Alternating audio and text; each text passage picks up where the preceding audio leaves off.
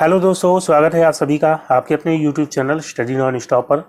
तो कैसे हैं आप सभी लोग? उम्मीद करता हूं आप सभी अच्छे होंगे। तो दोस्तों, आज की इस क्लास में हम लोग हिंदी के क्वेश्चंस करेंगे और यहां पे मैंने 45 क्वेश्चन सेलेक्ट किए हैं जो कि आपके आने वाले वीडियो एग्जाम के लिए या कोई भी अन्य परीक्षा जहाँ पे हिंदी से क्वेश्चन पूछे जाते हैं उन सभी के लिए ये क्लास बहुत ही महत्वपूर्ण होगी। तो दोस्तों, वीडियो को लास्ट तक देखिएगा और अगर आपको वीडियो अच्छा लगे तो लाइक और शेयर जरूर करिएगा। तो आइए शुरुआत करते हैं बिना किसी देरी के। सबसे पहले आपको दिया गया है इनमें से किस वाक्य में कर्तवाच्य है। तो वाच्य बताना है किस वाक्य में कर्तवाच्य है। वाच्य आपको पता है कि तीन तरह के होते हैं।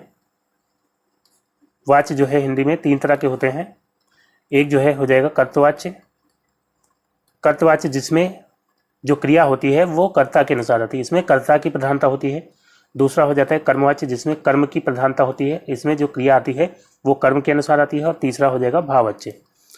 भाववाच्य में जो है भाव की प्रधानता होती है और इसमें ज़्यादातर असमर्थता प्रकट की जाती है या समर्थता भी कभी कभी प्रकट की जाती है, वहाँ पे भाववाच्य होता है। तो अब यहाँ पे दिया गया है छात्रों द्वारा सजावट की गई। छात्रों द्वारा, छात्र यहाँ पे हो जाएगा कर्ता और सजावट जो है कर्म। छात्रों द्वारा सजावट की गई, तो यहाँ पे जो क्रिया आ रही है की गई, ये आ रही सजावट के अनुसार। तो कर्म के अनुसार अगर क्रिया आ रही तो यहाँ पे कर्मवाच्य हो जाएगा, कर्मवाच्य। अब यहाँ पे मान लीजिए सजावट की जगह प्रदर्शन होता तो छात्रों द्वारा प्रदर्शन किया गया, तो वहाँ पे जो है क्रिया बदल जाती, प्रदर्शन के अनुसार हो जाती। तो कर्म के अनुसार जब क्रिया आएगी तो वहाँ पे जो है क्या होगा, कर्मवाच्य। अब देखिए मजदूर से दर्द के कारण उठा नहीं गया, तो यहाँ पे मजदूर से दर्द के कारण उठा नहीं गया, यहाँ पे असमर्थता प्रकट की जा रही है।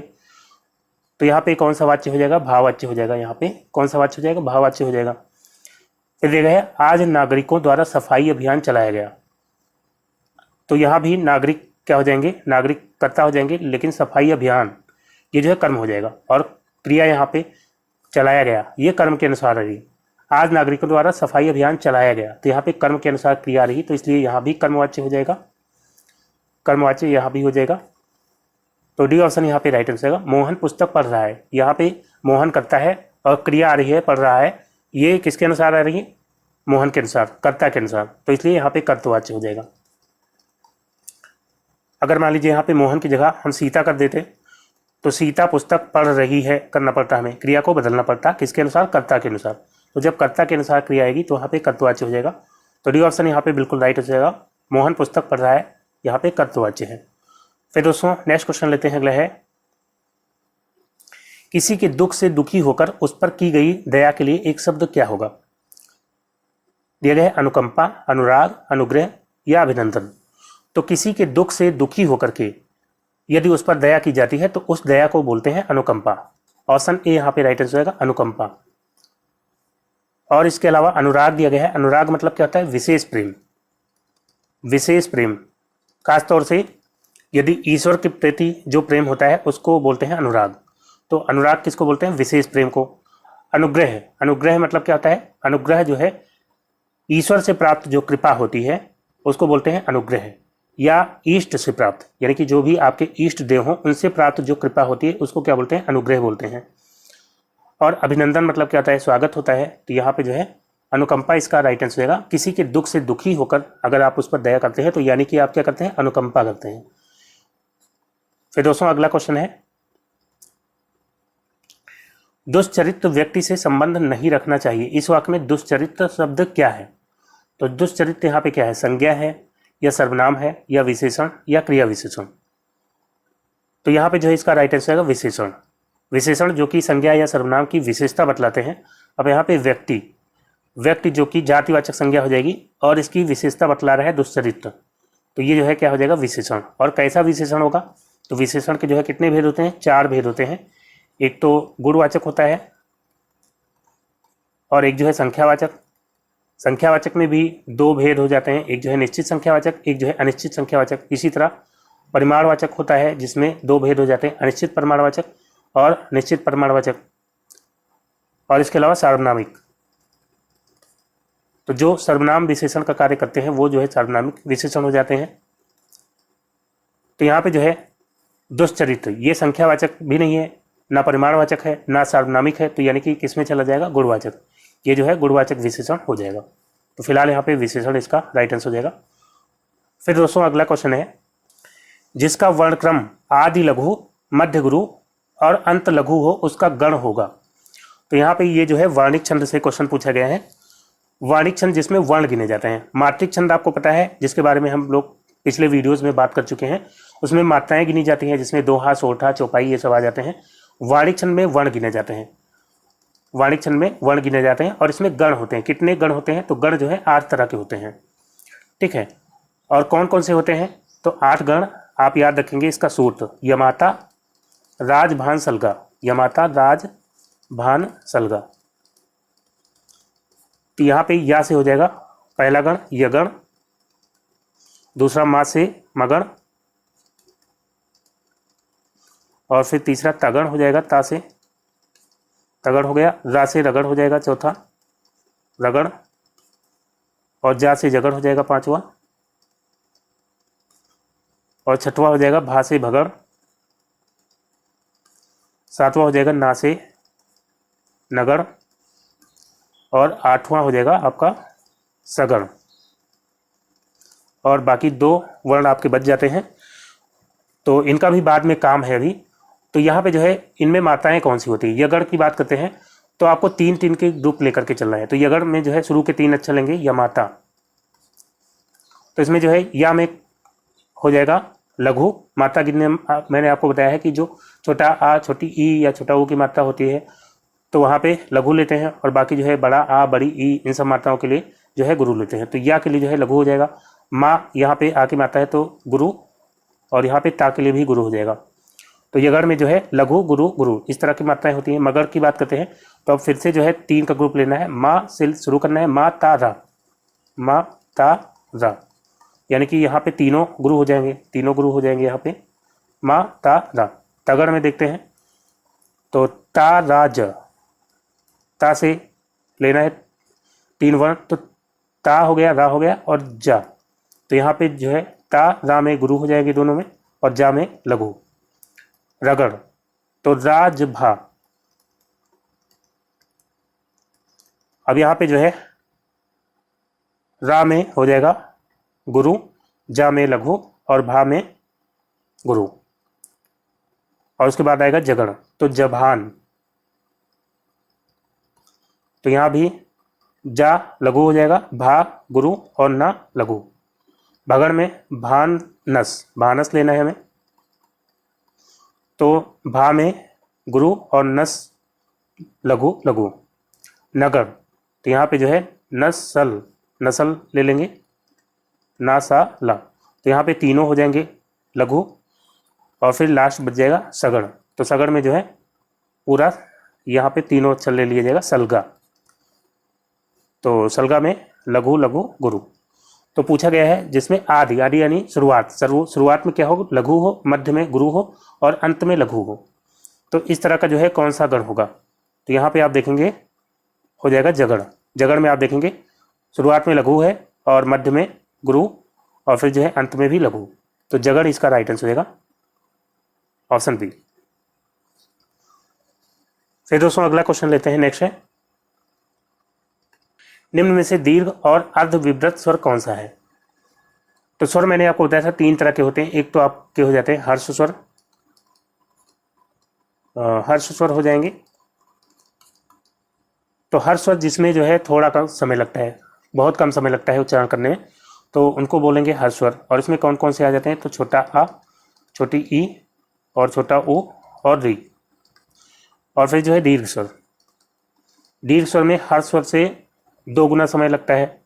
इसमें जो है जो बाकी स्वर बच जाते हैं, बड़ा आ, बड़ी ई, और बड़ा ओ, और ए, और ए, इसके अलावा ओ और औ, ये जो है दीर्घ स्वर में आ जाएंगे। और फिर जो है तीसरा हो जाता है प्लुत स्वर। तो प्लुत स्वर में जो है इसमें क्या होता है? इसमें हर स्वर से 3 गुना समय लगता है, और इसका जो सिंबल होता है ये होता है। तो जब भी किसी स्वर के साथ ये वाला सिंबल लगा देंगे तो वो बन जाएगा प्लुत स्वर। जैसे कि राम, तो राम में जो है ये अगर हम सिंबल लगा देते हैं तो ये बन गया प्लुत स्वर। तो राम, यहाँ पे उच्चारण जो है हर स्वर की अपेक्षा 3 गुना कर देंगे। राम ऐसे नहीं पढ़ेंगे, बल्कि टाइम देकर के पढ़ेंगे, राम या ओम, इस तरह से आपने लिखा देखा होगा। अब यहाँ पे भी ये जो ओ है ये दोनों मिला करके क्या बन जाएगा? प्लुत स्वर बन जाएगा। तो ओम इस तरह से पढ़ेंगे, ठीक है। तो दीर्घ स्वर इसमें जो है कौन सा हो जाएगा, आ भी दीर्घ स्वर है, ऐ भी है, और ये दोनों तो हो जाएंगे हर्ष स्वर। तो इन दोनों तो ये दोनों तो ऑप्शन से वैसे बैठ जाएंगे, और बाकी अर्ध विव्रत आपको बताना है। तो मुख खुलने के आधार पर जो स्वर होते हैं, या हम कह सकते हैं मुख विवर के आधार पर जो स्वर होते हैं, वो 4 तरह के होते हैं। कौन कौन से, तो एक तो सबसे पहले हो जाता है समृत, जिसमें मुख लगभग बंद होता है, मुख इसमें लगभग बंद होता है समृत स्वर में। और इसमें जो है कौन कौन से स्वर आते हैं, तो इसमें जो है दोनों ऊ आ जाते हैं, पहले दोनों ई आ जाएंगे, छोटी ई और बड़ी ई, और दोनों ऊ, छोटा ऊ और बड़ा ऊ। तो इनको आप बोल करके देंगे तो मुंह लगभग आपका बंद रहेगा। और इसके अलावा जो है फिर आ जाता है अर्ध समृत स्वर, अर्ध समृत। तो इसमें जो है मुंह आपका समृत की अपेक्षा थोड़ा खुला होता है, जैसे कि ओ और ए, ओ और ए ये जो है अर्ध समृत हो जाते हैं। इसका जब उच्चारण करेंगे तो मुंह जो है समृत की अपेक्षा थोड़ा सा खुला होगा। फिर आ जाता है विव्रत, विव्रत में मुख सर्वाधिक खुला होता है, और इसमें जो है एक ही वो स्वर आ जाता है, बड़ा आ। तो आ आप बोल करके देखेंगे तो मुंह आपको सबसे ज़्यादा खोलना पड़ेगा। और फिर आ जाता है अर्ध विव्रत, अर्ध विव्रत में जो मुंह होता है वो विव्रत की अपेक्षा थोड़ा कम खुला होता है। तो इसमें बाकी जो बच जाते हैं, कौन कौन से बच गए, तो इसमें छोटा आ हो जाएगा, ऐ हो जाएगा, और अ हो जाएगा, और एक जो है आगत स्वर हो जाएगा अ। तो इसमें अर्ध विव्रत बताना है, अर्ध विव्रत कौन सा हो जाएगा, तो यहाँ पे बड़ा आ बचा है और ऐ, तो बड़ा आ तो हो जाएगा किसमें, बड़ा आ हो जाएगा विव्रत में, अर्ध विव्रत हो जाएगा ऐ। ऑप्शन बी यहाँ पे राइट आंसर होगा, ऐ जो है किसमें हो जाएगा, अर्ध विव्रत में। फिर दोस्तों अगला क्वेश्चन लेते हैं, नेक्स्ट है दिया गया छत्तीसगढ़ी किस भाषा की बोली है, बिहारी या पूर्वी हिंदी या पश्चिमी हिंदी या राजस्थानी। तो हिंदी की अगर बात करते हैं तो इसमें 5 उपभाषाएं हैं। एक तो आपकी हो जाती है बिहारी, यहाँ पे बिहारी दिया गया है। बिहारी में कौन कौन सी बोली आ जाती हैं, तो बिहारी में आपकी हो जाएगी मगही, मगही और भोजपुरी, भोजपुरी और मैथिली। और पूर्वी हिंदी की बात करते हैं तो पूर्वी हिंदी में जो है आपकी अवधी, अवधी और बघेली, और इसके अलावा छत्तीसगढ़ी, छत्तीसगढ़ी। पश्चिमी हिंदी में जो है इसमें कौन कौन सी आ जाती है, तो इसमें जो है आपका आ जाएगी ब्रज भाषा, ब्रज, और इसके अलावा बुंदेली, बुंदेली हो जाएगी इसमें, और कन्नौजी, कन्नौजी, और खड़ी बोली जिसको कौरवी भी बोलते हैं, खड़ी बोली, और एक हो जाएगी हरियाणवी जिसको बांगरू भी कहते हैं। तो ये आ जाती हैं सभी पश्चिमी हिंदी में। राजस्थानी की बात करते हैं तो इसमें जो है जयपुरी आ जाती है, जयपुरी, और इसके अलावा मेवाती और मालवी, और इसके अलावा मारवाड़ी।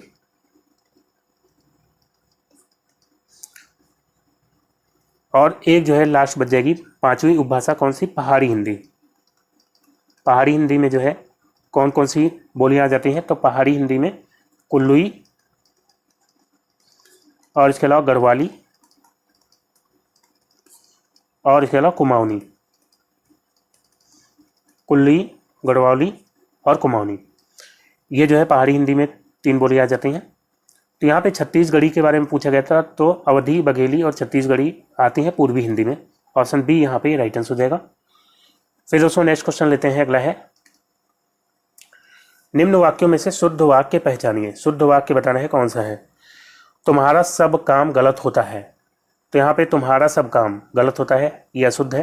क्या होना चाहिए था, तुम्हारे सब काम गलत होते हैं। ठीक है, तो यहाँ पे जो है, यहाँ पे तुम्हारे होना चाहिए था, तुम्हारे सब काम गलत होते हैं।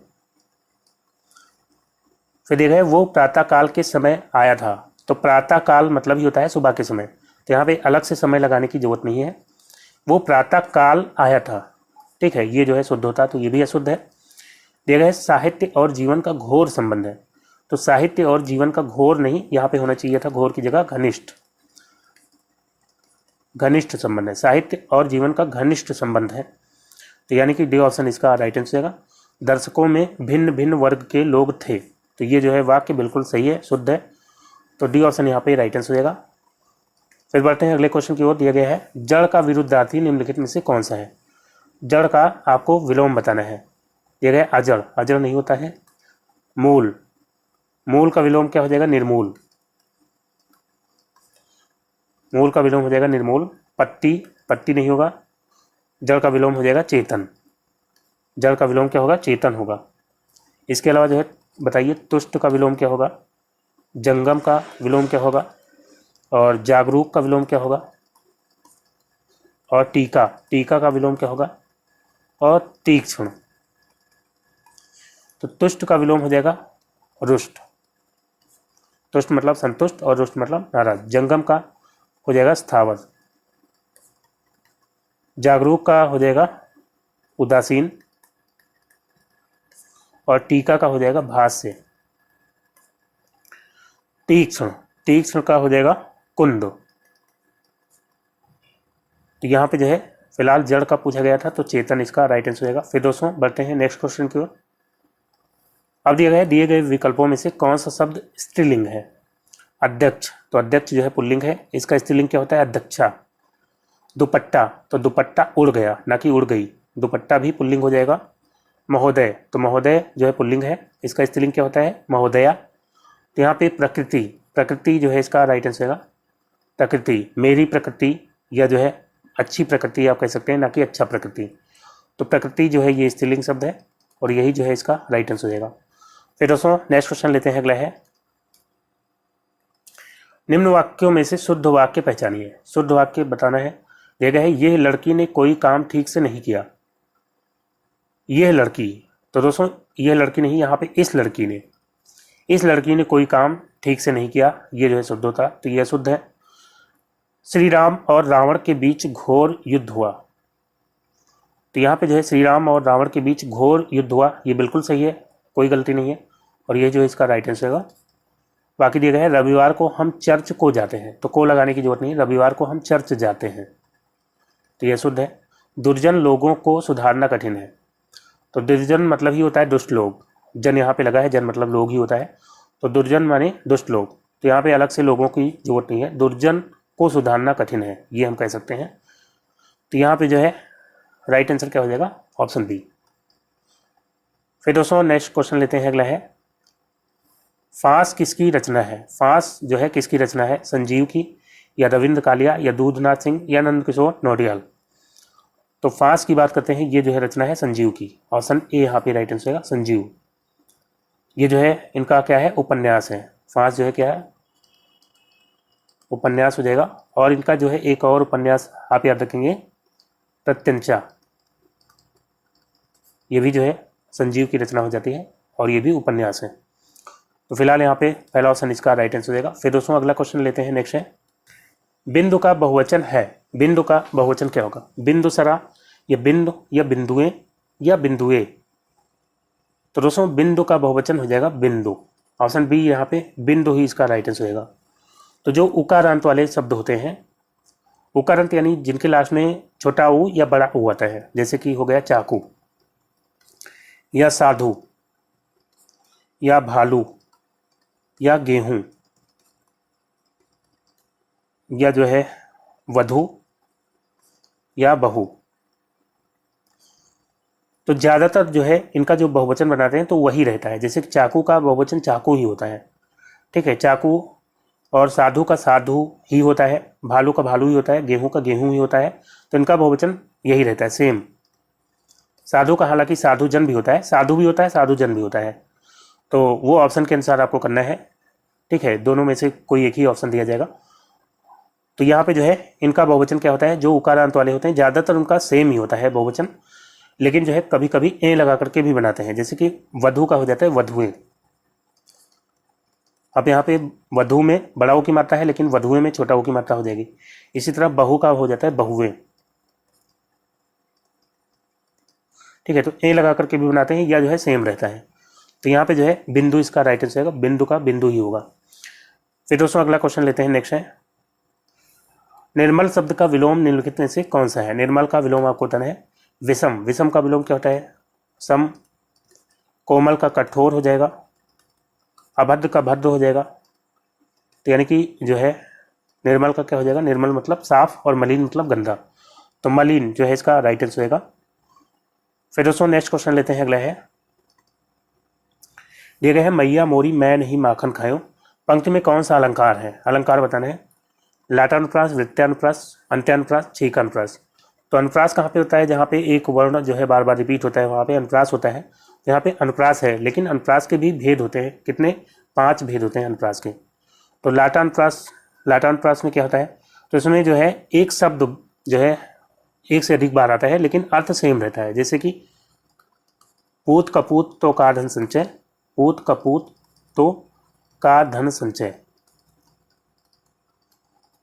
और पूत सपूत तो का धन संचय, पूत सपूत तो का धन संचय। तो यहाँ पे पूत जो है 2 बार आया, यहाँ भी पूत है, यहाँ भी, और तो और का और धन, तो ये सब 2 बार आ रहे हैं, संचय भी 2 बार आया है, लेकिन इनका अर्थ जो है अलग नहीं है। अगर अलग अर्थ हो जाता तब तो यमक अलंकार हो जाता, लेकिन अगर शब्द जो है 2 बार आया है लेकिन अर्थ भी उनका सेम है तो वहाँ पे लाटा अनुप्रास हो जाता है। वृत्यानुप्रास में क्या होता है, तो वृत्यानुप्रास में एक ही वर्ण की आवृत्ति होती है, वृत्यानुप्रास में एक ही अक्षर जो है बार बार आता है, तो यहाँ पे हो जाना चाहिए वृत्यानुप्रास, क्योंकि यहाँ पे मैया मोरी मैं नहीं माखन खायो, तो माँ जो है बार बार आ रहा है, मैया मोरी मैं नहीं माखन, तो यहाँ पे माँ जो है 4 बार दिख गया, तो यहाँ पे वृत्यानुप्रास हो जाएगा। जैसे कि रघुपत राघव राजा राम, तो वहाँ पे रा बार बार आता है, तो वहाँ पे भी वृत्यानुप्रास हो जाता है। अंत्यानुप्रास में क्या होता है, तो अंत्यानुप्रास में अंतिम वर्ण की आवृत्ति होती है, जैसे कि कहत नटत रिजत खिजत, कहत नटत रिजत खिजत, रिजत खिजत, खिलत लजियात, खिलत लजियात। तो यहाँ पे आप देख रहे हैं अंतिम वर्ण जो है ता जो है आ रहा है बार बार, कहत नटत रिजत खिजत खिलत लजियात, ता जो है बार बार रिपीट हो रहा है। अंतिम वर्ण जहाँ पे रिपीट होगा वहाँ पे अंत्यानुप्रास हो जाएगा। छेकानुप्रास में क्या होता है, तो इसमें एक वर्ण 2 बार आता है, इसमें जो है एक वर्ण 2 बार आ जाएगा, वहाँ पे हो जाएगा छेकानुप्रास। जैसे कि अति आनंद मगन महतारी, अति आनंद मगन महतारी, तो यहाँ पे जो है मगन और महतारी, तो माँ जो है 2 बार आ गया, तो जब एक वर्ण 2 बार आएगा या फिर अति और आनंद में दोनों में आ जो है लगभग मिलता जुलता ही है, तो अति आनंद मगन महतारी, यहाँ पे जो है एक वर्ण 2 बार आ रहा है, इसलिए यहाँ पे छेकानुप्रास हो जाएगा। और एक जो है कौन सा बच गया, तो एक जो है बच जाता है श्रुत्यानुप्रास। श्रुत्यानुप्रास में क्या होता है, तो इसमें जो है एक ही वर्ग के वर्ण बार बार रिपीट होते हैं। वर्ग आपको पता है कि 5 वर्ग होते हैं, का चा टा ता पा, तो एक ही वर्ग के जो है वर्ण जहाँ पे रिपीट होंगे वहाँ पे श्रुत्यानुप्रास हो जाएगा। जैसे कि एग्जाम्पल हो जाएगा दिनांत, दिनांत था दीनानाथ, दीनानाथ डूबते सधेनु, डूबते सधेनु, तो यहाँ पे दिनांत दा ना ता, तो ये जो है सभी तावर्ग के व्यंजन है, था भी तावर्ग का हो जाएगा। फिर दीना नाथ, इसमें भी सभी तावर्ग के व्यंजन है। डूबते, तो डा तो अलग हो जाएगा, बा अलग हो जाएगा, लेकिन ता फिर से जो है तावर्ग का हो जाएगा। और सधेनु, तो धा और ना फिर से जो है तावर्ग का हो जाएगा। तो जब एक ही वर्ग के वर्ण बार बार रिपीट होंगे वहाँ पे क्या हो जाएगा, श्रुत्यानुप्रास हो जाएगा। तो यहाँ पे फिलहाल मैया मोरी मैं नहीं माखन खाया हूँ, यहाँ पे वृत्यानुप्रास हो जाएगा, क्योंकि एक ही वर्ण की आवृत्ति बार बार हो रही है। फिर दोस्तों नेक्स्ट क्वेश्चन लेते हैं, अगला है बालू से तेल निकालना, मुहावरे का अर्थ क्या होगा। बालों से तेल निकालना नहीं होगा, मूर्खता करना भी नहीं होगा, बात की जड़ तक पहुंचना, तो इसके लिए जो है बाल की खाल निकालना हम कह सकते हैं, ये भी नहीं होगा। बालू से तेल निकालना मतलब असंभव को संभव करना। अब बालू से तेल निकालना तो असंभव है, तो अगर ऐसा कर देंगे तो क्या हो जाएगा, बहुत बड़ी बात हो जाएगी। असंभव को संभव करना को क्या कहेंगे, बालू से तेल निकालना। फिर दोस्तों अगला क्वेश्चन है,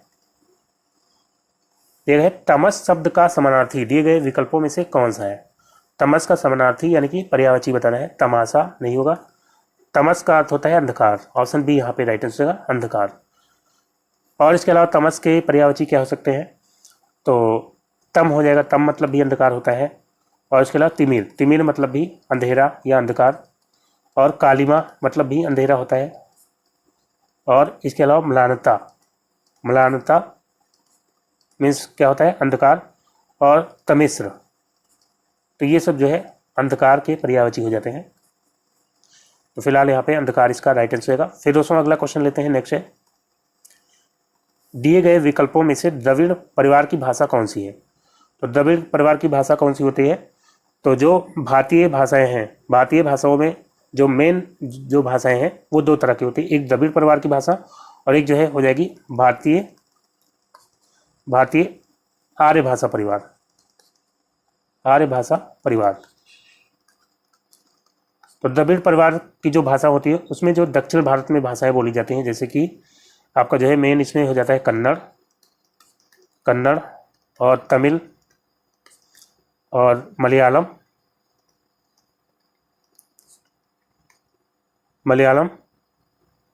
और इसके अलावा तुलु। तो ये जो है ये हो जाती है द्रविड़ परिवार की भाषाएं। और बाकी इसके अलावा जो है जो भाषाएं हैं वो भारतीय आर्य भाषा परिवार में आ जाती हैं। तो असमिया, बांग्ला और उड़िया ये सब भारतीय आर्य भाषा परिवार में हो जाएंगी। कन्नड़ जो है यहाँ पे राइट आंसर होगा, जो कि द्रविड़ परिवार की भाषा हो जाएगी। फिर दोस्तों अगला क्वेश्चन है, दिया गया है आसक्ति शब्द का समानार्थी निम्नलिखित में से कौन सा नहीं है? आसक्ति का समानार्थी कौन सा नहीं है? तो आसक्ति मतलब क्या होता है? आसक्ति मतलब जो है लगाव या प्रेम, लगाव या प्रेम। तो यहाँ पे जो है अनुराग दिया गया है। अनुराग मतलब भी प्रेम होता है, मोह मतलब भी प्रेम होता है या लगाव होता है, लगन मतलब भी प्रेम होता है, लगन मतलब प्रेम या लगाव। तो यहाँ पे जो है ये तीनों तो इसके पर्यायवाची हो जाएंगे। डी ऑप्शन यहाँ पे राइट आंसर है। प्रगल्भ, प्रगल्भ मतलब क्या होता है? इसका मतलब होता है घमंडी। तो यहाँ पे जो है डी ऑप्शन इसका प्रगल्भ राइट आंसर है। और इसके अलावा आसक्ति या प्रेम के और क्या समानार्थी हो सकते हैं? तो अनुरक्ति हो जाएगा, अनुरक्ति हो जाएगा। और इसके अलावा जो है स्नेह और प्रीति और बाकी प्यार, मोहब्बत, ये सब जो है हो जाते हैं। तो यहाँ पे प्रगल्भ इसका राइट आंसर होगा। फिर अगला क्वेश्चन है, मोहिनी तेज दौड़ती है। इस वाक्य में तेज क्या है? रीतिवाचक क्रिया विशेषण या स्थानवाचक क्रिया विशेषण, परिमाणवाचक या कालवाचक क्रिया विशेषण? तो तेज यहाँ पे क्या है? क्रिया विशेषण। क्रिया विशेषण जो कि किसी क्रिया की विशेषता बतलाते हैं या विशेषण की विशेषता बतलाते हैं या कभी कभी क्रिया विशेषण की विशेषता बतलाते हैं, तो उनको क्या बोलते हैं? क्रिया विशेषण बोलते हैं। तो यहाँ पे जो है मोहिनी तेज दौड़ती है, दौड़ना क्रिया है और उसकी विशेषता बतला रहा है तेज। मोहिनी कैसे दौड़ती है? तेज दौड़ती है। तो ये जो है रीतिवाचक हो जाएगी या स्थानवाचक या परिमाणवाचक या कालवाचक? तो ये हो जाएगी रीतिवाचक। तो क्रिया विशेषण के चार भेद होते हैं, यहाँ पे चारों दिए गए हैं। रीतिवाचक तो इसमें जो है तरीके का बोध होता है कि कोई काम कैसे कर रहा है। तो इसमें जो है जैसे कि सावधानी से या धीरे या तेज, ये सब आ जाते हैं। सावधानी से या आराम से या धीरे या तेज, ये सब इसमें आ जाते हैं। और स्थानवाचक में जो क्रिया विशेषण स्थान का बोध कराते हैं, जैसे कि यहाँ वहाँ, ये सब हो जाएंगे। यहाँ वहाँ, ऊपर नीचे दाएं बाएं, ये सब आ जाएंगे इसमें। ऊपर नीचे दाएं बाएं ये सब आ जाएंगे। परिमाणवाचक में जो मात्रा का बोध कराएंगे, जैसे कि बहुत, बहुत या काफ़ी या थोड़ा या पर्याप्त या केवल, ये सब इसमें आ जाएंगे। कालवाचक में जो समय का बोध कराएंगे, जैसे कि आज या कल या जो है दोपहर या अभी या जो है कभी कभी या दिन भर। तो ये सब जो है किस में आ जाएंगे? ये सब कालवाचक क्रिया विशेषण में आ जाएंगे। तो फिलहाल यहाँ पे जो है रीतिवाचक इसका राइट आंसर हो जाएगा। फिर दोस्तों अगला क्वेश्चन लेते हैं। नेक्स्ट है, नहीं पराग नहीं मधुर मधु नहीं विकास यही काल, अली कली ही सो बिंदु आगे कौन हवाल। इस दोहे में कौन सा अलंकार प्रयुक्त है? अलंकार बताना है, कौन सा होगा? अन्योक्ति या व्यतिरेक या अपनुक्ति या अतिशयोक्ति? तो यहाँ पे राइट आंसर होगा अन्योक्ति। अन्योक्ति अलंकार में क्या होता है? इसमें जो है किसी बात को सीधे सीधे ना कह करके अन्य उक्ति के माध्यम से कहा जाएगा, तो वहाँ पे हो जाएगा अन्योक्ति। तो बात को सीधे सीधे ना कह करके अन्य उक्ति के माध्यम से किसी दूसरी तरीके से कहा जाएगा, तो वहाँ पे क्या हो जाएगा? अन्योक्ति अलंकार। जैसे कि यहाँ पे कहा गया नहीं पराग नहीं मधुर मधु नहीं विकास यही काल। तो ये जो रचना है ये बिहारी की है, और बिहारी जो है राज कवि थे राजा जय सिंह के। तो जय सिंह जो राजा थे उनकी नई नई शादी होती है, तो अपनी पत्नी के प्रेम में जो है वो राजकाज पर ध्यान नहीं दे रहे हैं, तो जो है बिहारी उनको सचेत करने के लिए क्या कहते हैं? नहीं पराग नहीं मधुर मधु, यानी कि फूलों में पराग नहीं बचे हैं, नहीं मधुर मधु, नहीं मीठी मधु यानी कि शहद बची है, नहीं विकास यही काल, नहीं विकास हो रहा है इस समय। अली कली ही सो बिंध्यो, अली मतलब होता है भंवरा, भंवरा जब कली के पीछे ही ऐसे बंधा रहेगा तो आगे कौन हवाल, तो आगे क्या होगा। तो यहाँ पे जो है वो बात को डायरेक्ट नहीं कहते हैं बल्कि घुमा फिरा करके कहते हैं, मतलब एक संकेत देते हैं एक अलग उक्ति के द्वारा, तो इसलिए यहाँ पे अन्य उक्ति अलंकार हो जाता है। ठीक है, तो जहाँ पे साफ साफ बात नहीं की जाएगी, किसी और माध्यम से जो है, किसी और उक्ति के माध्यम से जब कही जाएगी तो वहाँ पे अन्य उक्ति अलंकार हो जाएगा। ठीक है, तो यहाँ पे अन्य उक्ति इसका राइट आंसर होगा। फिर दोस्तों अगला क्वेश्चन है, आमोद का समानार्थी शब्द निम्नलिखित में से कौन सा है। तो आमोद का पर्यायवाची आपको बताना है। प्रवीण मतलब तो होता है चतुर, आमोद मतलब होता है खुशी या मनोरंजन, तो यहाँ पे इसका राइट आंसर क्या हो जाएगा, हर्ष, हर्ष मतलब भी खुशी होता है, तो आमोद का पर्यायवाची हर्ष हो जाएगा।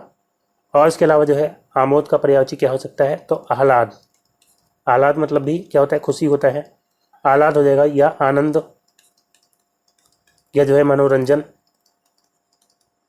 या प्रसन्नता, ये सब जो है हो जाएंगे आमोद के पर्यायवाची। तो यहाँ पे बी ऑप्शन इसका राइट आंसर हो जाएगा। फिर दोस्तों बढ़ते हैं अगले क्वेश्चन की ओर।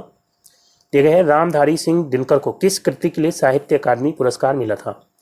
कुरुक्षेत्र, उर्वशी, संस्कृति के 4 अध्याय, रश्मि रथी। तो साहित्य अकादमी पुरस्कार ये जो है संस्कृति के 4 अध्याय, इसके लिए मिला था रामधारी सिंह दिनकर जी को।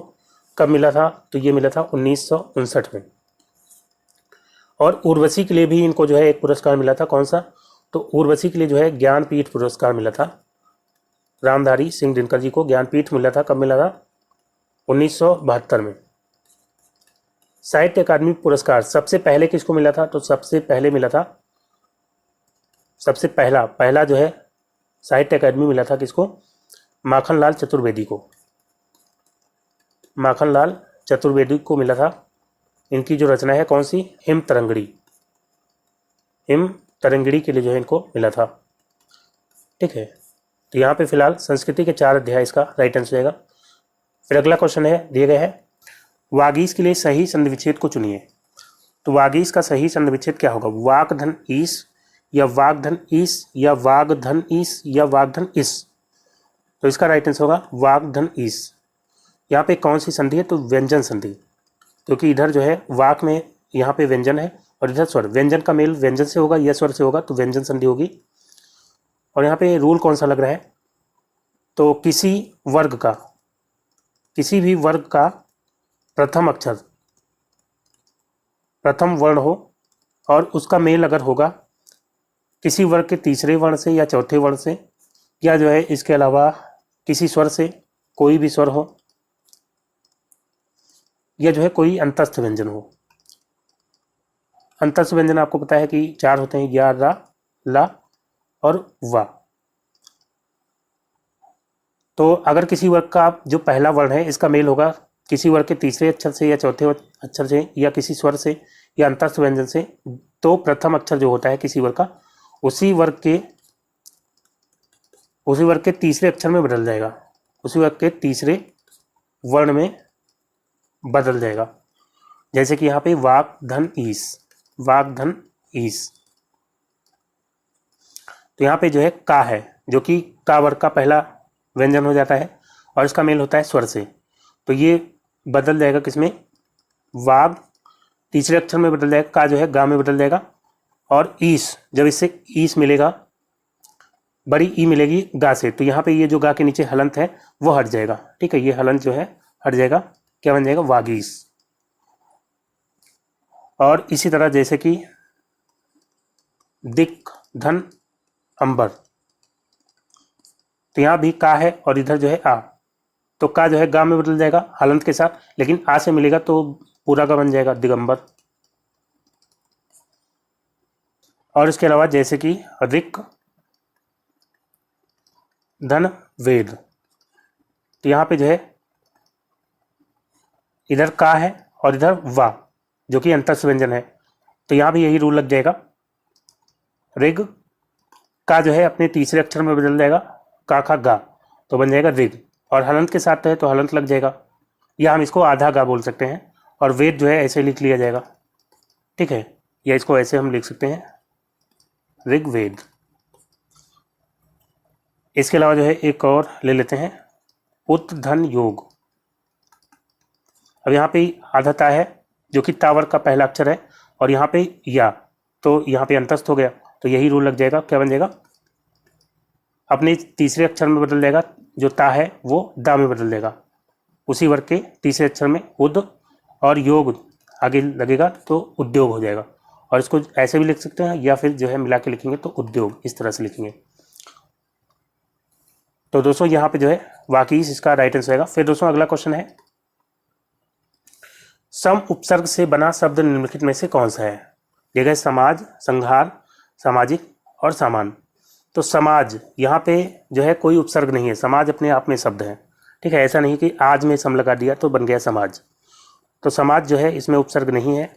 और संहार, ये जो है बना है सम धन हार से, ठीक है, तो यहाँ पे सम उपसर्ग है, ऑप्शन बी यहाँ पे राइट आंसर होगा। बाकी सामाजिक, तो समाज में एक प्रत्यय लगाते हैं तो बन जाता है सामाजिक। और सामान, ये भी अपने आप में शब्द है, इसमें कोई उपसर्ग नहीं है, ठीक है, तो यहाँ पे राइट आंसर क्या हो जाएगा, संहार। और इस तरह जैसे संसद है, तो इसमें भी जो है सम और सद से मिलकर के बनता है संसद, इसमें सम उपसर्ग हो जाता है। इसी तरह संस्कार में हो जाता है सम उपसर्ग। और संस्था, संस्था में भी सम उपसर्ग हो जाता है, संशय में हो जाएगा और संतोष में हो जाएगा। तो ये सब जो है कुछ हो जाते हैं सम उपसर्ग से बनने वाले शब्द। फिर दोस्तों अगला क्वेश्चन लेते हैं, नेक्स्ट है, जंगल में मोर नाचा किसने देखा। मुहावरे का अर्थ क्या होगा। दिया गया है विपरीत स्थितियां, तो ये नहीं होगा। परिस्थिति के अनुसार बदलना, तो परिस्थिति के अनुसार बदलना, इसके लिए जो है मुहावरा हो सकता है या कह सकते हैं लोकोक्ति हो सकती है, जैसा देश वैसा भेष। और अनुपयुक्त स्थान पर गुण दिखाना, तो ये जो है इसका राइट आंसर होगा। जंगल में मोर नाचा किसने देखा, यानी कि अनुपयुक्त जगह पर गुण दिखाना, अपनी जो क्वालिटी है वो ऐसी जगह दिखाना जहाँ पे कोई उसको समझने वाला नहीं है, ठीक है, अनुपयुक्त स्थान पर गुण दिखाना। बाकी दिया गया है भिन्न भिन्न मत होना, तो इसके लिए जो है क्या हो सकता है, इसके लिए हो सकता है जितने मुंह उतनी बात, या जितने डफली उतने राग, ठीक है, तो यहाँ पे सी ऑप्शन इसका बिल्कुल राइट आंसर होगा। फिर अगला क्वेश्चन लेते हैं, दिया गया है निम्न में से अव्यय है, अव्यय कौन सा है इसमें। तो अव्यय क्या होते हैं, अव्यय जो कि अविकारी शब्द होते हैं, यानी कि इसमें जो है कोई विकार नहीं आता, लिंग वचन या काल के अनुसार इसमें कोई परिवर्तन नहीं होता, कोई विकार नहीं आता। तो दिया गया है प्राचीन और मोटा और गरीब। तो प्राचीन जो है क्या हो जाएगा, विशेषण हो जाएगा, मोटा भी विशेषण हो जाएगा, गरीब भी विशेषण हो जाएगा। और यहाँ पे जो है राइट आंसर होगा, ये क्या हो जाएगा, अव्यय। और कैसा अव्यय है, तो जो है ये समुच्चय बोधक, समुच्चय बोधक अव्यय, ये जो है हो जाएगा। अव्यय की बात करते हैं तो अव्यय जो है अविकारी शब्द होते हैं, और ये जो है चार तरह के होते हैं। चार तरह के कौन कौन से, तो एक तो आपका ये हो गया समुच्चय बोधक, और दूसरा हो जाता है संबंध बोधक। समुच्चय बोधक क्या होते हैं, तो समुच्चय बोधक जो दो शब्दों या वाक्यों को जोड़ने के लिए काम में लिए जाते हैं वो होते हैं समुच्चय बोधक, ठीक है। समुच्चय बोधक में आपका जैसे कि और हो गया, या तथा, या अथवा, या किंतु, लेकिन, किंतु, परंतु, ये सब आ जाएंगे। या नहीं तो, नहीं तो, या इसलिए, ये सब आ जाते हैं समुच्चय बोधक में, जो दो वाक्यों या दो शब्दों को जोड़ने का कार्य करते हैं, ठीक है। और संबंध बोधक में, तो संबंध बोधक जो है किसी संज्ञा या सर्वनाम का किसी अन्य संज्ञा या सर्वनाम के साथ जो है संबंध दर्शाने के काम में आते हैं, वो होते हैं संबंध बोधक अव्यय। जैसे कि मेरे घर के सामने पेड़ है, मेरे घर के सामने पेड़ है, तो यहाँ मेरे घर के सामने, मेरा घर जो है क्या हो जाएगा, संज्ञा हो जाएगा। तो के सामने यहाँ पे जो है क्या हो जाएगा, के सामने यहाँ पे हो जाएगा अव्यय। और कौन सा, संबंध बोधक अव्यय, क्योंकि ये मेरे घर का जो संबंध है वो किससे जोड़ रहा है, पेड़ से, पेड़ जो है संज्ञा हो जाएगी। तो किसी संज्ञा सर्वनाम का अन्य संज्ञा सर्वनाम के साथ जो संबंध जोड़ते हैं वो अव्यय क्या कहलाते हैं, संबंध बोधक अव्यय। और तीसरा हो जाता है क्रिया विशेषण। तो क्रिया विशेषण जो किसी क्रिया की विशेषता बतलाते हैं, या विशेषण की, या जो है क्रिया विशेषण की, वो होते हैं क्रिया विशेषण। जैसे कि वो तेज दौड़ता है, तो इसमें तेज जो है क्या हो जाता है, क्रिया विशेषण। और इसमें भी चार भेद होते हैं, तो वो हम बात कर चुके हैं क्रिया विशेषण में कौन कौन से होते हैं। और चौथा हो जाएगा विस्मयादि बोधक अव्यय, विस्मयादि बोधक। तो इसमें जो हर्ष या घृणा आदि प्रकट करने के लिए, या आश्चर्य आदि प्रकट करने के लिए जो अव्यय प्रयोग होते हैं, वो हो जाते हैं विस्मयादि बोधक अव्यय, जैसे कि छी, या जो है अरे, या जो है क्या हो जाएगा अरे, और या जो है ओ, ये सब जो है क्या हो जाते हैं, ये सब हो जाते हैं विस्मयादि बोधक अव्यय। तो फिलहाल यहाँ पे अव्यय जो है और हो जाएगा, और ये कौन सा अव्यय होगा, समुच्चय बोधक। फिर दोस्तों अगला क्वेश्चन लेते हैं, नेक्स्ट है, अब बताना है निम्नलिखित में से पुल्लिंग शब्द कौन सा है, पुल्लिंग शब्द बताना है। तो आशा, आशा टूट गई या टूट गया, तो आशा टूट गई, आशा यानी कि उम्मीद, तो ये जो है स्त्रीलिंग हो जाएगा। आज्ञा मतलब, तो मेरी आज्ञा ना कि मेरा आज्ञा, ये भी स्त्रीलिंग हो जाएगा। और गरिमा, तो मेरी गरिमा, ये भी स्त्रीलिंग होगा। सागर यहाँ पे राइट आंसर आएगा, सागर बड़ा सागर ना कि बड़ी सागर, तो ये जो है पुल्लिंग हो जाएगा। फिर दोस्तों अगला क्वेश्चन लेते हैं, नेक्स्ट है, इनमें से प्रेरणार्थक क्रिया है, प्रेरणार्थक क्रिया बतानी है कौन सी है। तो दोस्तों क्रिया की बात करते हैं, तो क्रिया रचना के आधार पर दो तरह की होती है, एक हो जाती है सकर्मक जहाँ पे कर्म की आवश्यकता होती है, और दूसरी हो जाती है अकर्मक जहाँ पे कर्म की आवश्यकता नहीं होती। और इसके अलावा प्रयोग के आधार पर अगर हम बात करें, तो प्रयोग के आधार पर जो है क्रिया कौन कौन सी होती है, तो एक हो जाती है संयुक्त क्रिया, संयुक्त क्रिया, तो जो दो क्रियाओं से मिल करके बनी होती है क्रिया वो होती है संयुक्त क्रिया, जैसे कि वो खाने लगा, खाने लगा। अब यहाँ पे खाना और लगना दो क्रियाएं हैं, इनसे मिल करके बनी खाने लगा, तो ये जो है संयुक्त क्रिया हो जाएगी, खाने लगा। और दूसरा जो है हो जाएगा नाम धातु, तो नाम धातु क्रियाएं कौन सी होती हैं, जो किसी संज्ञा से बनी होती हैं, या सर्वनाम से, या विशेषण से। जैसे कि हाथ से बन जाता है हथियाना, हथियाना हो गया यहाँ पे, हाथ से बन जाएगा हथियाना। और अपना से अपनाना, तो ये सब जो है नाम धातु क्रियाएं हो जाएंगी। और तीसरा हो जाएगा आपका प्रेरणार्थक, प्रेरणार्थक क्रिया, इसमें जो है क्रिया खुद से नहीं की जाती, किसी से कराई जाती है। जैसे कि लिखना जो है क्रिया है, लेकिन अगर किसी और से कराया जाए, लिखवाया जाए, तो लिखवाना क्या हो जाएगी, प्रेरणार्थक क्रिया। या लिखाना जो है प्रेरणार्थक क्रिया हो जाएगी। किसी और से जब काम कराया जाएगा वो क्रिया होगी प्रेरणार्थक, जैसे कि कटवाना।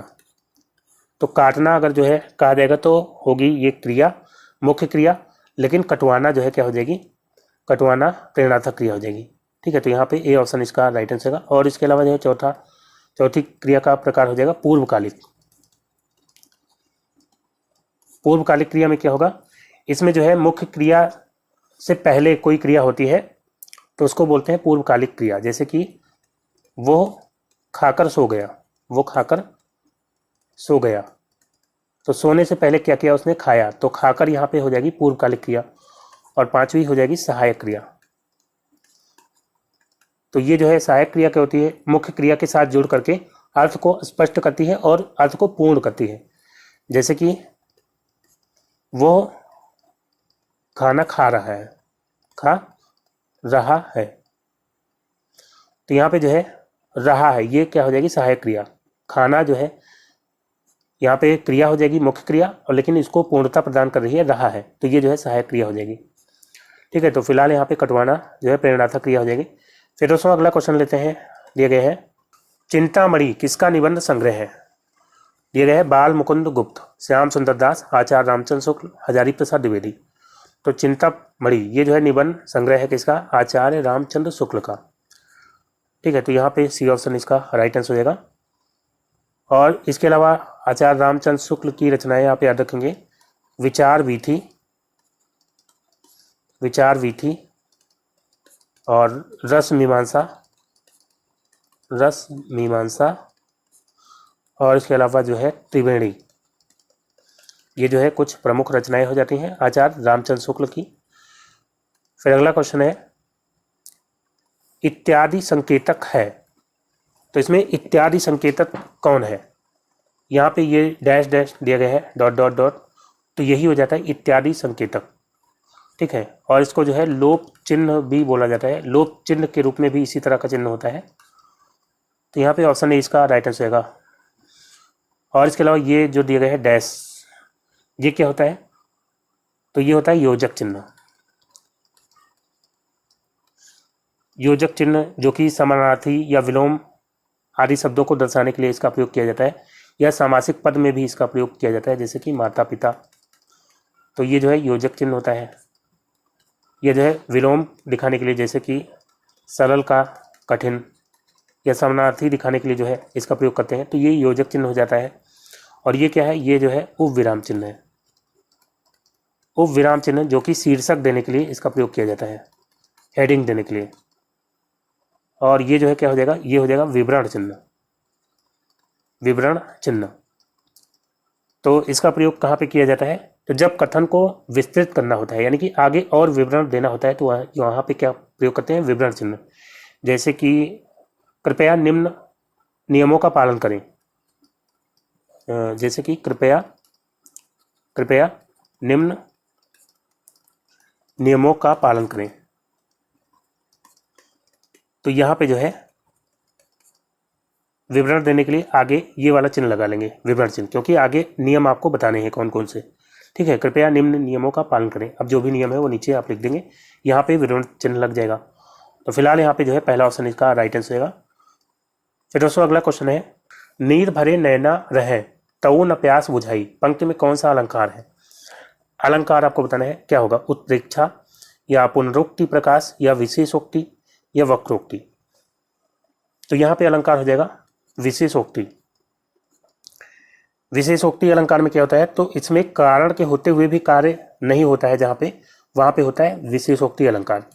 जैसे कि नीर भरे नैना रहे, नीर मतलब पानी, तो नैना में जो है पानी भरा हुआ है, लेकिन तऊ न प्यास बुझाई, लेकिन प्यास तब भी नहीं बुझी। तो इसलिए यहाँ पे विशेषोक्ति हो जाएगा, कारण है लेकिन तब भी कार्य नहीं हो रहा है, पानी है लेकिन फिर भी प्यास नहीं बुझ रही है। ठीक है, तो विशेषोक्ति यहाँ पे हो जाएगा। इसका उल्टा होता है विभावना, जहाँ पे कारण नहीं होता है लेकिन फिर भी कार्य हो जाता है। जैसे कि बिन पग चले सुने बिन काने, बिना पैर के चल रहे हैं और बिना कान के सुन रहे हैं, तो वहाँ पे क्या हो जाता है, विभावना हो जाता है। ठीक है, तो विशेषोक्ति फिलहाल यहाँ पे राइट आंसर हो जाएगा। फिर अगला क्वेश्चन है, निम्न में से एक तत्सम शब्द है, तत्सम शब्द कौन सा है। ठीक है, सांकल। तो सांकल ये जो है तद्भव शब्द है, इसका तत्सम क्या होता है, श्रृंखला। सरीसृप, तो सरीसृप यहाँ पे तत्सम हो जाएगा। और बाकी सांझ, सांझ का तत्सम होता है संध्या। और आयसु, तो आयसु का होता है, आयसु जो है तद्भव शब्द है, इसका होता है आदेश। ठीक है, तो यहाँ पे बी ऑप्शन इसका बिल्कुल राइट आंसर है, सरीसृप। फिर अगला क्वेश्चन है, घबराहट में प्रत्यय है, तो घबराहट में कौन सा प्रत्यय होगा, अट या हट या आहट या राहट। तो यहाँ पे हो जाएगा आहट, आहट प्रत्यय है घबराहट में। ठीक है, तो आहट यहाँ पे राइट आंसर होगा। और आहट प्रत्यय से बनने वाले इसके अलावा जो है शब्द क्या हो सकते हैं, तो गर्माहट, गर्माहट या चिकनाहट या कड़वाहट। तो ये सब जो है आहट प्रत्यय से बनने वाले कुछ शब्द हो जाएंगे। फिर नेक्स्ट क्वेश्चन लेते हैं, अगला दिया गया है, हिंदी भाषा में कौन सा शब्द जापानी भाषा से लिया गया है। दिया गया है चाय, लीची, तूफान, सुनामी। तो चाय ये जो है चीनी भाषा का शब्द है, लीची भी और तूफान भी, ये तीनों जो है चीनी भाषा के शब्द हैं, चाइनीज लैंग्वेज के शब्द हैं। और इसके अलावा जो है चाय, लीची, तूफान और इसके अलावा चीकू, चीकू भी जो है ये चीनी भाषा का शब्द होता है। तो सुनामी जो है यहाँ पे राइट आंसर हो जाएगा, सुनामी ये जो है जापानी भाषा का शब्द है, सुनामी याद रखेंगे। और इसके अलावा रिक्शा, रिक्शा और यहाँ पे जो है आधा का रहेगा, तो ये भी जो है जापानी भाषा का शब्द हो जाता है, सुनामी और रिक्शा। फिर दोस्तों अगला क्वेश्चन लेते हैं, नेक्स्ट है, निम्न शब्दों में से तद्भव शब्द कौन सा है। तद्भव शब्द बताना है कौन सा है, पाषाण। तो पाषाण ये जो है तत्सम शब्द है, इसका तद्भव क्या होता है, पाहन, जिसका मतलब क्या होता है, पत्थर। कंकड़, तो कंकड़ ये भी तत्सम शब्द है, और ये किसका तत्सम होता है, तो कंगन। कंगन जो है तद्भव है, इसका तत्सम क्या हो जाता है, कंकड़। और इसके अलावा कोहनी, तो कोहनी यहाँ पे तद्भव हो जाएगा, कोहनी जो है तद्भव हो जाएगा। और इसका तत्सम क्या होता है, तो इसका तत्सम होता है कफोड़ी, कफोड़ी जो है इसका तत्सम हो जाएगा, ये जो है इसका क्या हो जाएगा, तत्सम हो जाएगा। और इसके अलावा पक्ष दिया गया है, तो पक्ष जो है तत्सम है, इसका तद्भव क्या होता है? पाक। तो फिलहाल यहाँ पे कोहनी तद्भव दिया गया था और सी ऑप्शन इसका राइट आंसर होगा। फिर अगला क्वेश्चन है अशुद्ध वाक्य पहचानिए। तो अशुद्ध वाक्य बताना है कौन सा है? सीता घर चली, तो सीता घर चली ये जो है शुद्ध है। राम पहाड़ पर चढ़ा ये भी शुद्ध है। और राम ने ग्रंथ पढ़ा ये भी शुद्ध है। हमने सामने बैठे, तो हमने सामने बैठे नहीं होगा, हम सामने बैठे, तो ये आसान सा था। डी ऑप्शन यहाँ पे राइट आंसर है। फिर दोस्तों अगला क्वेश्चन है दिया गया है जिस वाक्य में साधारण और मिश्र वाक्य का मेल संयोजक अवयवों द्वारा होता है उसे कहते हैं, उसे क्या कहते हैं? मिश्र वाक्य, संयुक्त वाक्य या सरल वाक्य। तो दोस्तों अगर हम वाक्य की बात करते हैं रचना के आधार पर, तो रचना के आधार पर जो है वाक्य कितने तरह के होते हैं? 3 तरह के। एक जो है सरल वाक्य, सरल वाक्य में जो है एक ही उद्देश्य और एक ही विधेय होता है, जैसे कि राम स्कूल जाता है, ठीक है, तो ये जो है सरल वाक्य हो जाएगा। मिश्रित वाक्य में क्या होता है? तो मिश्रित वाक्य में जो है एक प्रधान उपवाक्य होता है और एक जो है उस पर आश्रित उपवाक्य होता है। जैसे कि प्रधानाचार्य ने बताया कि कल छुट्टी रहेगी, तो अब यहाँ पे प्रधानाचार्य ने बताया ये जो है आश्रित उपवाक्य हो जाएगा, और कल छुट्टी रहेगी ये जो है प्रधान उपवाक्य हो जाएगा। तो यहाँ पे जो है एक आश्रित उपवाक्य होगा। अब प्रधानाचार्य ने बताया ये आप कहेंगे तो आपको लग रहा है कि आगे कुछ बात इसमें कहना बाकी है कि उन्होंने क्या बताया, ठीक है। तो प्रधानाचार्य ने बताया कि कल छुट्टी रहेगी, तो ये जो है मिश्रित हो जाएगा। और फिर होता है संयुक्त वाक्य। संयुक्त वाक्य में क्या होता है? तो इसमें जो है एक से अधिक सरल वाक्य समुच्चय बोधक अव्यय से जुड़े होते हैं, तो वो वाक्य होता है संयुक्त वाक्य, ठीक है। तो इसमें एक से अधिक सरल वाक्य समुच्चय बोधक अव्यय से जुड़े होते हैं, जैसे कि जल्दी चलो नहीं तो पकड़े जाओगे, तो जल्दी चलो और पकड़े जाओ, पकड़े जाओगे, ये जो है 2 सरल वाक्य हैं और ये जुड़े हैं किससे? नहीं तो जल्दी चलो नहीं तो पकड़े जाओगे, तो नहीं तो क्या हो गया? समुच्चय बोधक अव्यय। तो जहाँ पे साधारण वाक्य हो या जो है मिश्र वाक्य हो, इनका मेल संयोजक अवयवों यानी कि समुच्चय बोधक अवयवों से होता है, उसको क्या बोलते हैं? संयुक्त वाक्य बोलते हैं। ऑप्शन बी यहाँ पे राइट आंसर है, संयुक्त वाक्य। फिर दोस्तों अगला क्वेश्चन है निम्न में से किस समास में दोनों घटकों की प्रधानता होती है? तो दोनों घटकों यानी दोनों पदों की प्रधानता किसमें होती है? बहुब्री में। तो बहुब्री में तो कोई पद प्रधान नहीं होता, बल्कि एक अलग पद की प्रधानता होती है, तो ये जो है नहीं होगा। अव्ययी भाव में पहला पद अव्यय होता है, ये भी नहीं होगा। द्वंद्व समास इसका राइट आंसर होगा। तत्पुरुष समास में उत्तर पद यानी कि बाद वाला पद प्रधान होता है, तो द्वंद्व समास इसका राइट आंसर होगा, जिसमें दोनों पद प्रधान होते हैं, कोई छोटा बड़ा नहीं होता है, जैसे कि माता पिता, माता और पिता, तो ये जो है द्वंद्व समास का उदाहरण हो जाएगा। या जैसे रोटी दाल या शीतोष्ण, शीतोष्ण, शीत और उष्ण यानी ठंडा और गर्म, तो यहाँ भी दोनों पद प्रधान है शीतोष्ण में भी, तो ये सब द्वंद्व समास के उदाहरण हो जाएंगे। तो यहाँ पे जो है सी ऑप्शन इसका राइट आंसर होगा। फिर अगला क्वेश्चन है सोरठा के प्रथम चरण में कितनी मात्राएं होती हैं? सोरठा के प्रथम चरण में कितनी मात्राएं होती हैं? तो सोरठा की बात करते हैं, इसमें जो विषम चरण होते हैं, विषम चरण यानी कि पहला और तीसरा चरण, इसमें जो है 11-11 मात्राएं होती हैं, और जो सम चरण होते हैं, सम चरण यानी कि दूसरा और चौथा चरण, इसमें जो है 13-13 मात्राएं होती हैं, ठीक है। दोहा जो है इसका उल्टा हो जाता है। दोहा में जो है विषम चरण में जो है 13-13 मात्राएं होती हैं, और सम चरण में जो है 11-11 मात्राएं होती हैं। तो यहाँ सोरठा का पूछा गया है पहले चरण में, प्रथम चरण में, तो पहले और तीसरे में 11-11 मात्राएं होती हैं, तो ऑप्शन बी यहाँ पे राइट आंसर है 11। फिर दोस्तों अगला क्वेश्चन है हमें अनाथ बच्चों की मदद करनी चाहिए, रेखांकित शब्द का विलोम बताइए। तो विलोम आपको बताना है अनाथ का, यहाँ पे रेखांकित शब्द है अनाथ, तो क्या हो जाएगा इसका विलोम? हताश्रय। तो हताश्रय मतलब क्या होता है? जिसका कोई आश्रय ना हो, यानी कि बेसहारा, तो ये तो इसका जो है विलोम नहीं होगा, बल्कि इसका पर्यायवाची हो सकता है, ठीक है। सनाथ यहाँ पे राइट आंसर होगा। अनाथ का विलोम क्या हो जाएगा? सनाथ, जिसका कोई नाथ हो, और अनाथ मतलब जिसका कोई नाथ ना हो, ठीक है। तो यहाँ पे जो है सनाथ इसका राइट आंसर होगा। लावारिस मतलब भी अनाथ होता है, तो ये पर्यायवाची हो जाएगा। सहोदर मतलब क्या होता है? सगा, तो ये भी आंसर नहीं होगा। बी ऑप्शन यहाँ पे बिल्कुल राइट आंसर हो जाएगा। फिर दोस्तों अगला क्वेश्चन लेते हैं, नेक्स्ट है अति उपसर्ग से बना शब्द निम्न में से कौन सा नहीं है? एक है अत्यल्प, तो ये जो है अति और अल्प से मिलकर के बनता है अत्यल्प। यहाँ पे जो है कौन सी संधि होगी, तो यहाँ पे यण संधि हो जाती है, यण संधि। और अतीन्द्रिय, तो ये भी अति धन इंद्रिय, अति धन इंद्रिय। और यहाँ पे जो है दीर्घ संधि हो जाती है, दीर्घ स्वर संधि। तो यहाँ भी अति उपसर्ग है, यहाँ भी है। अतीत में भी अति धन इत से मिलकर के बनता है अतीत, यहाँ भी दीर्घ संधि हो जाती है।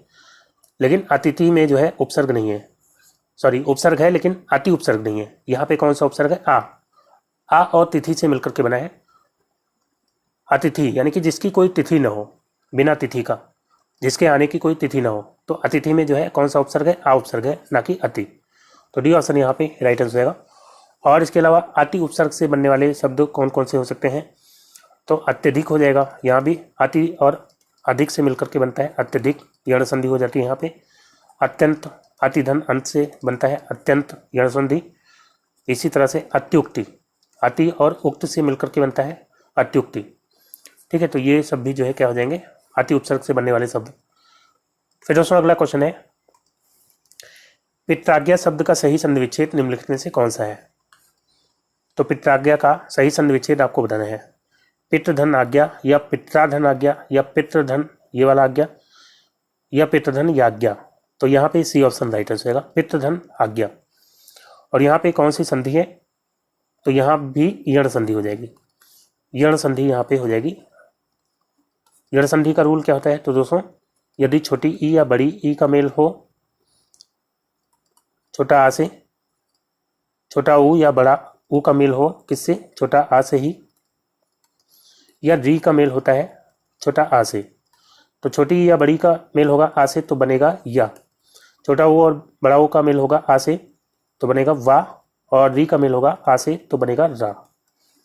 ठीक है, जैसे कि यहाँ पे पितृधन आज्ञा, पितृधन आज्ञा, तो यहाँ पे री है और यहाँ पे आ, तो री का मेल होगा आ से तो क्या बनेगा रा, लेकिन यहाँ पे बड़ा आ है तो आ की मात्रा लग जाएगी। ठीक है, तो पित्त, अब यहाँ से री की मात्रा हट गई तो क्या बचेगा, पित्त हलंत के साथ, और इसमें जो है राज्ञा जुड़ेगा। ठीक है, राज्ञा जुड़ेगा तो इसको मिला के लिखेंगे तो बन जाएगा पित्राज्ञा, पित्राज्ञा। इसी तरह से आपका हो जाता है मातृधन आनंद, मातृधन आनंद, तो यहाँ पे जो है री है और इधर बड़ा आ, तो यहाँ पे जो है क्या बन जाएगा, मात्रानंद, मात्रानंद। और इसके अलावा जो है जैसे कि सुधन आगत, सुधन आगत, तो इधर जो है छोटा ऊ है और इधर आ, छोटा ऊ और आ मिलेगा तो क्या बनेगा, वा बन जाएगा। तो यहाँ पे सा से ऊ की मात्रा हट जाएगी तो बचेगा आधा सा, और यहाँ पे जो है वा बन जाएगा, लेकिन इधर बड़ा आ है तो इसलिए बड़ा आ की मात्रा लग जाएगी, स्वा, और गत जो बचा है वो लिख जाएगा। ठीक है, सुधन आगत क्या हो जाएगा, स्वागत हो जाएगा। तो फिलहाल यहाँ पे पितृधन आज्ञा इसका राइट आंसर होगा। फिर दोस्तों अगला क्वेश्चन लेते हैं, नेक्स्ट है, सही विलोम युग्म की पहचान करें। देखिए अधम, उत्तम, सत्व, सार, स्वत्व, अधिकार, छटा, शोभा। तो अधम का विलोम होता है उत्तम, अधम मतलब नीच, उत्तम मतलब सर्वश्रेष्ठ, तो यही जो इसका राइट आंसर होगा, अधम का उत्तम हो जाएगा। बाकी सत्व और सार दोनों जो है समानार्थी हैं, सार मतलब जो है किसी चीज़ का निचोड़, और सत्व मतलब भी निचोड़ होता है। स्वत्व और अधिकार ये भी समानार्थी हैं, अधिकार मतलब जो है अधिकार हो जाएगा, और स्वत्व मतलब ही अधिकारी होता है। छटा और शोभा दोनों समानार्थी हैं। ठीक है, तो यहाँ पे अधम और उत्तम ये सही विलोम युग्म हो जाएंगे। फिर बढ़ते हैं अगले क्वेश्चन की ओर। दिया गया है वर्ण का अर्थ नहीं होता है, तो वर्ण का अर्थ इसमें से कौन सा नहीं है। वर्ण का जो है अर्थ अक्षर भी होता है, रंग भी होता है, जाति भी होता है, लेकिन गौर नहीं होता। गौर जो है एक तरह का वर्ण है, गौर वर्ण होता है, लेकिन गौर का अर्थ जो है वर्ण नहीं होता। ठीक है, तो यहाँ पे गौर, गौर मतलब गोरा। ठीक है, तो गौर जो है इसका राइट आंसर होगा, जो कि वर्ण का अर्थ नहीं होता। बाकी अक्षर, रंग, जाति और इसके अलावा जो है सोना, वर्ण जो है वर्ण का अर्थ सोना भी होता है, और शब्द भी होता है वर्ण का अर्थ, इसके अलावा रूप भी होता है। तो ये सब जो है वर्ण के अनेकार्थक शब्द हो जाते हैं। फिर दोस्तों अगला क्वेश्चन लेते हैं, नेक्स्ट है, और ये जो है आखिरी क्वेश्चन है, दिया गया है शुद्ध वर्तनी का चयन करें, अस्पृश्यता की सही वर्तनी बतानी कौन सी होगी। तो ये तो गलत है, यहाँ पे जो है मूर्धन्य सा है, ये भी गलत होगा, ऑप्शन सी राइट आंसर होगा। ये जो है इसका राइट आंसर हो जाएगा जहाँ पे तालव्य वैसा होता है, अस्पृश्यता। ठीक है, और उसके अलावा जो है यहाँ पे कुछ शब्द मैं लिख रहा हूँ, इसमें बताइए कौन सा सही है और कौन सा नहीं। पूजनीय, रासायनिक और महात्म्य, इसके अलावा शमशान और सुपर्णखा, शूर्पणखा होता है, शूर्पणखा। तो यहाँ पे जो है कौन कौन सा सही लिखा है। पूजनीय, तो पूजनीय नहीं होता, पूजनीय, पूजनीय होगा, ये जो है सही वर्तनी हो जाएगी। रासायनिक नहीं होता, रसायन, रसायन में एक प्रत्यय लगाते हैं तो यहाँ पे वृद्धि हो जाती है, बन जाता है रासायनिक, रासायनिक हो जाएगा। महात्म्य नहीं होता, महात्म्य की बजाय क्या होगा, महात्म्य, यहाँ पे माँ पे आ की मात्रा नहीं होगी, महात्म्य। ठीक है, ये जो है सही होगा। शमशान, तो शमशान में आधा सा होता है, शमशान। और शूर्पणखा, इसको क्या पढ़ेंगे, शूर्पणखा, और ये जो है बिल्कुल सही लिखा है। ठीक है, तो यहाँ पे जो है ये सही वर्तनी है। तो दोस्तों आज का वीडियो यहीं पे समाप्त करता हूँ। उम्मीद करता हूँ वीडियो आपको अच्छा लगा होगा। अगर वीडियो आपको अच्छा लगा हो तो लाइक और शेयर जरूर करिएगा, और जो दोस्त नए हैं चैनल पर वो चैनल को सब्सक्राइब करके नोटिफिकेशन बेल को ऑन कर लेंगे, ताकि अगला वीडियो अपलोड होते ही उसका नोटिफिकेशन आपको सबसे पहले मिल जाए। तो मिलते हैं अगले वीडियो में, तब तक के लिए goodbye and take care.